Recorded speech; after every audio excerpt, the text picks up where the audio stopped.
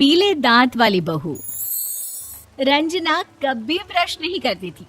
उसे कितनी बार उसके माँ बाप ने डांटा, लेकिन उसका कोई असर उस पर होता ही नहीं था, जिस कारण से उसके दांत पीले पीले हो जाते हैं शादी के बाद। अरे बहू, वैसे तो तुझ में कोई कमी नहीं है, पर तेरे दांत इतने पीले कैसे हैं बेटा? कैसे मतलब? कोई सर्जरी थोड़ी ना कराई है। वो तो क्या है ना, मैं ब्रश नहीं करती थी तो पीले हो गए। अब क्या करूं? आप कहें तो लाल करवा लूं या फिर काले? यार ये क्या है, क्यों माँ से लड़ रही हो? लड़ रही हूँ? अरे मैं लड़ रही हूँ या ये बोल रही है कि दांत पीले हैं, पीले। अरे तपस्या थोड़ी ना की है इन्हें पीले करने के लिए। बकायदा ब्रश नहीं किया है 20 साल तक, तब जाकर। छी, कैसी बात कर रही हो? ये उस वक्त तो पीले नहीं थे जब हम लोग तुम्हें देखने आए थे। अरे तब साफ करवा लिया होगा डेंटिस्ट के पास जाकर। अब देखो कैसे पीले पीले लग रहे हैं। रंजना सास की तरफ गुस्से से देखती है। फिर शुरू हो गई पीले पीले पीले। अरे पीले तो तब भी थे जब मेरे हाथ का रसगुल्ला उड़ा उड़ा कर खा रही थी और बोल रही थी, लड़की नहीं गुणों का खजाना दे रहे भाई साहब आप।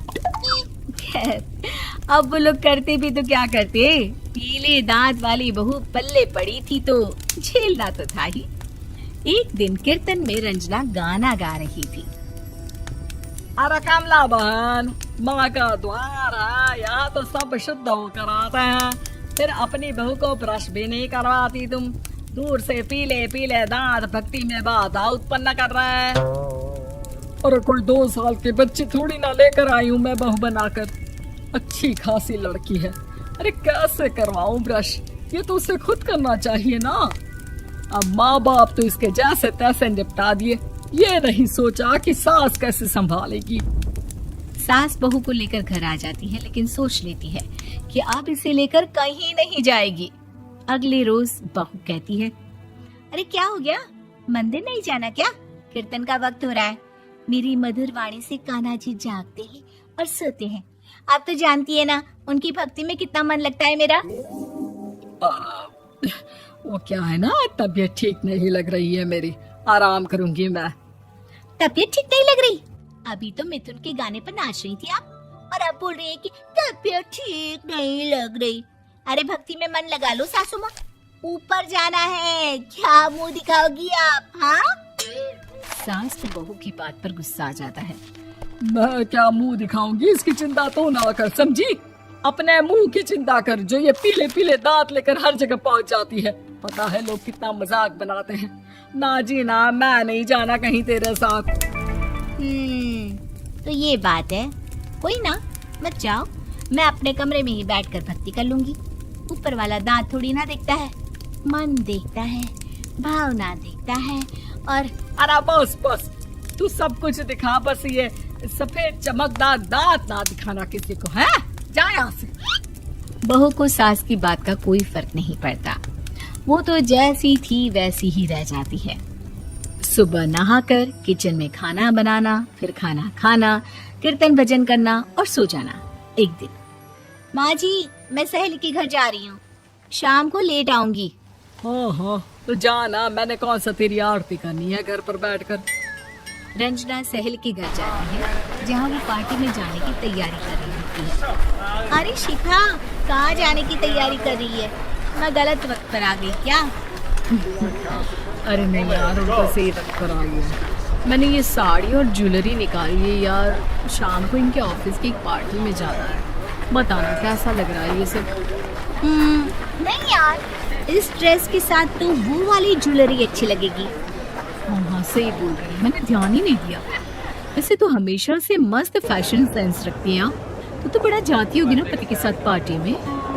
रंजना कुछ नहीं बोलती, बस सोचती है कि यार काश ये बात सही हो जाती, पर मैं क्यों नहीं जाती पार्टी में? क्या इन लोगों की कोई पार्टी होती नहीं होगी? रंजना घर आती है और रात में पति से सवाल करती है, एक बात बताइए, आप मुझे किसी पार्टी में क्यों नहीं ले जाते? क्या आपके यहाँ ऑफिस में पार्टी नहीं होती? पति बेचारा क्या कहता कि दांत पीले हैं तुम्हारे इसलिए। अरे कोई पार्टी होती नहीं हम लोगों के ऑफिस में, तो कहाँ से लेकर जाऊं?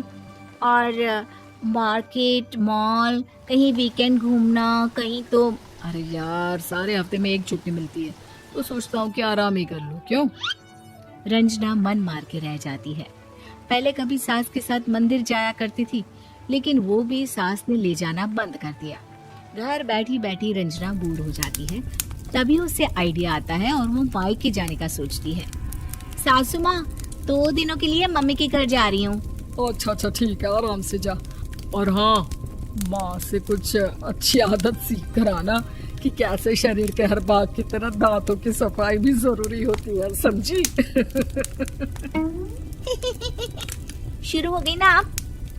वो लोग आपकी तरह नहीं है कि छोटी छोटी बात का बतंगड़ बना दे। उन लोगों के लिए मैं मायने रखती हूँ, ना कि मेरे पीले पीले दांत।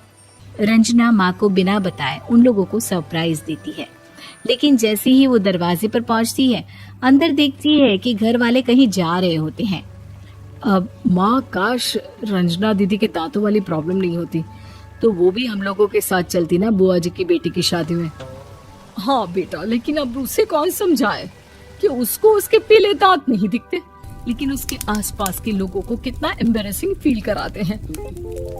मुझे तो कितनी बार उसके स्कूल की टीचर ने शिकायत की कि उसके साथ कोई लड़की बैठना भी नहीं चाहती, और ना ही कॉलेज में कोई उससे बात करना चाहता था। लेकिन पता नहीं क्यों उसे ये बात समझ में ही नहीं आती। कोई कमी नहीं है उस लड़की में, बस यही कि दांत पीले हैं। वो तो भला हो जीजा जी और उनकी माँ का, जो दीदी को जैसी है वैसे ही रखा हुआ है। रंजना को अपने घर वालों की बात सुनकर बहुत दुख होता है। वो सोचती है कि वो क्या करे, लेकिन फिर वो सीधा डेंटिस्ट के पास जाती है, अपने दांत चमकाती है और कसम खाती है कि वो रोज ब्रश करेगी। अरे क्या हो गया? तुम तो 2 दिनों के लिए गई थी ना, पर कोई ना, अच्छा है, चलो आ गई तो। रंजना सास के सामने आकर खड़ी हो जाती है और पूरी स्माइल करती है, उसके चमकदार दांतों को दिखाती हुई। हैं? चले मंदिर। माँ, मुझे माफ कर दीजिए, मैंने आप लोगों को बहुत एम्बैरेसिंग फील करवाया। मैं आज से रोज ब्रश करूंगी।